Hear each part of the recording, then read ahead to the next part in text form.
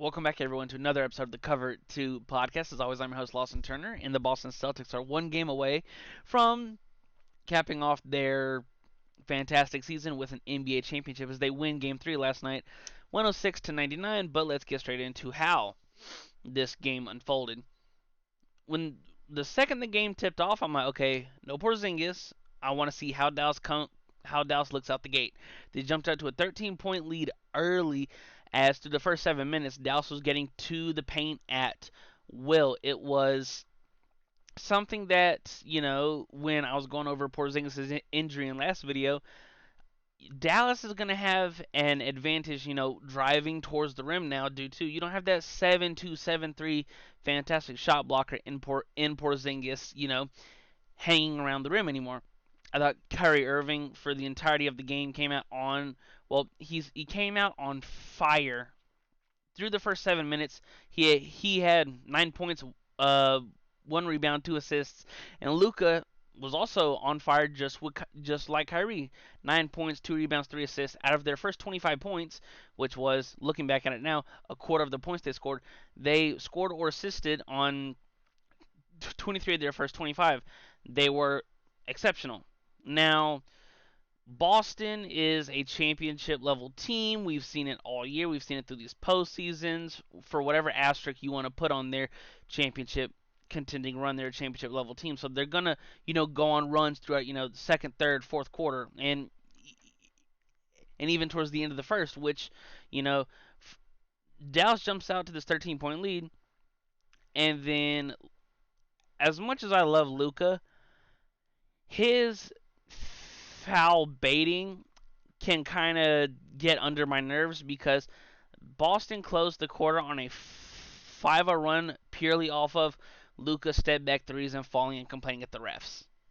That's it. The 5-0 run, I want to say, was a Sam Hauser three at the top of the key, in which Luka's trying to get up and get back, and he just doesn't. And then he tries a deep step back three over Tatum. He there's contact, but it's not enough for a foul, and then Tatum gets a dunk on the other end with 1 second left to go in the quarter. Now, with all that being said, Dallas is up 1.5, and I think that if they can just withstand, because Tatum is having his best offensive game scoring wise thus far in this series. He had 20 points, 4 rebounds, 2 assists, 7 of 15, and 3 for 8 from 3 just in the first half. And that's been, the biggest thing for Tatum is he hasn't shot the ball efficiently come these finals, but in the first half he was, good scoring the ball. I thought Kyrie had a fantastic first half too. 20 points, 3 rebounds, 1 assist, 8 for 14 and 4 for 5 from 3. It's good to see Kyrie getting those threes up and seeing him go down because he was 0 for 8, coming into game 3 from the 3-point line. For as great of a statistical first half Luka had, I thought he was fine. 17 points, 3 rebounds, 3 assists, 7 of 16 and 1 for 6 from 3. We had seen Luka not necessarily on fire throughout this postseason from 3, but shooting, 16% from 3.5, it hasn't been something we've been accustomed to come this postseason. And then right after halftime, Boston dominates the third quarter. They win the third quarter, 35-19, and it was looking like they were going to run away with it because within a minute into the fourth quarter, Boston's up 21. And from that moment on, when Derek White hit that corner three, it was to extend the lead to 21. I was like, well, damn, that's about all she wrote. But the Mavs were not going to go down without a fight as they go on a 22-2 run, and they cut it to a 3-point game. And in the fourth quarter, it got all the way down to a 1-point game. Now, Luka fouls out with 4 minutes and 12 seconds left in the fourth quarter, called on a blocking foul that was challenged for a potential charge on Jaylen Brown, and it was not overturned. The thing is, like, 4 of Luka's 6 fouls were in the fourth quarter, and a lot of them were just like it was 2 reaching fouls, a personal foul in which it looked like Jaylen Brown hooked Luka, but Luka had his arm, stuck in there. stuck in with Jaylen Brown's arm, so they're going to call that a foul almost every time. And then it's a 3-point game, and Luka tries drawing a charge when he has 5 fouls. I thought it was a boneheaded play. I've seen I've seen stars and superstars in the playoffs get called. I mean, get away with more when they have 5 fouls. You know what I'm saying? So like, there's been a handful of instances in which the refs have swallowed their whistle due to they don't want to get involved in the game. There's already massive eyeballs on this game since the NBA finals. They're going to be under scrutiny due to it's the magnitude of the superstar that Luka Doncic is, you know. So I don't think I am pro. If you're going to call it in the first minute, call it in the last minute. A foul is a foul, and what Luka did, it was a foul. And I I thought Luka had to be more. I thought he had to be smarter in that moment, in which there's no point in, that's a risky bang bang play, and it just didn't go your way. And even after that, it was still a 1 point game due to Kyrie hitting a crazy floater in the lane, but it was all she wrote. So the biggest takeaway for me, I don't know what Jason Kidd's thing with Tim Hardaway Jr. is, but in the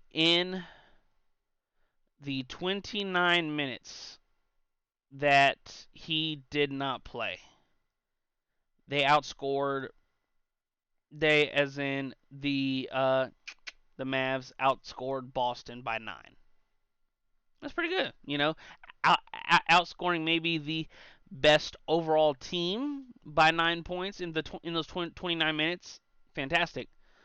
In the 19 minutes he played, they were outscored by 16 points.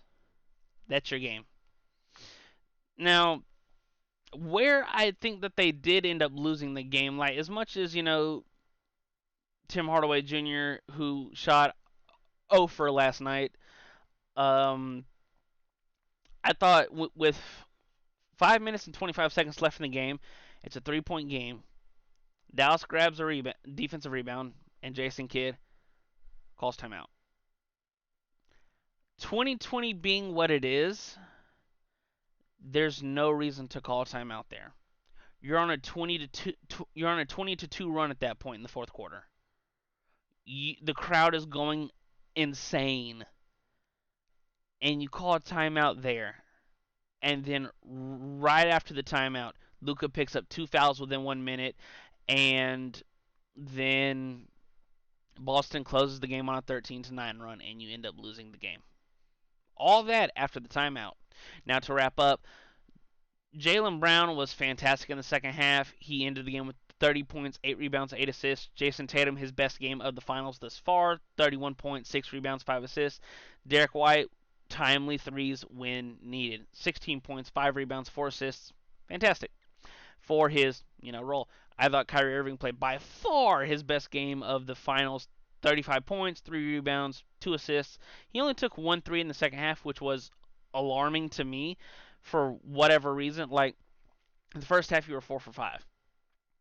And you end the game, and you end the game 4 for 6. And the only 3 you took was when you guys were down, I want to say it was 5 or 6 with just under a minute to go. And you missed it. Luka, he was, by his standards, statistically at a points, rebounds, assists, mark, he was good. Not Luka standards good, but he was, it was a below average Luka game. 27 points, 6 rebounds, 6 assists, but he was once again very inefficient. 11 for 27, 1 for 7 from 3. I thought there were 3 point blank bunnies or layups that he either missed long or short. And it's one of those where this was, once again, just like game 2, it's a game to steal. And they just flatly didn't. Derek Lively, I thought, played a fantastic game. 11 points, 13 rebounds. And PJ, for his inefficiencies, he chipped in 13 points and 8 rebounds. With Boston being up 3-0, we all know what this means. It means the series is over. Only question is, how long will it be? Out of the 156 teams that have gone down 0-3, none of them have come back. And the series is quintessentially over due to 3-0. We know what the 3-0 wall holds and what it represents, the stranglehold. And do I think Dallas can force a game 5? Absolutely. Do I think they can go into Boston and force game 6? It's going to be tough.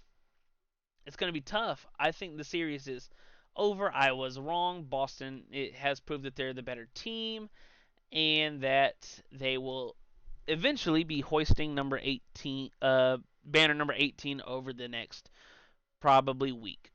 Because I don't think Dallas will get swept. I think they'll come out just how they did in Game 3 with just that belief of if we can get one, why can't we get two? And if we can get two, whatever happens, happens. And how Luka said post game, we lose as a team, we're going to win as a team, and it's not over till it's over. But it is almost essentially over. Well, that's all I have for you guys in this episode of the Cover 2 podcast. Be sure to check us out on Twitter at the Cover 2 Pod 26. Link will also be in the description to check us out and interact with us during these NBA playoff games. As always, thank you so much for watching, and I will talk to you guys in the next one. Peace.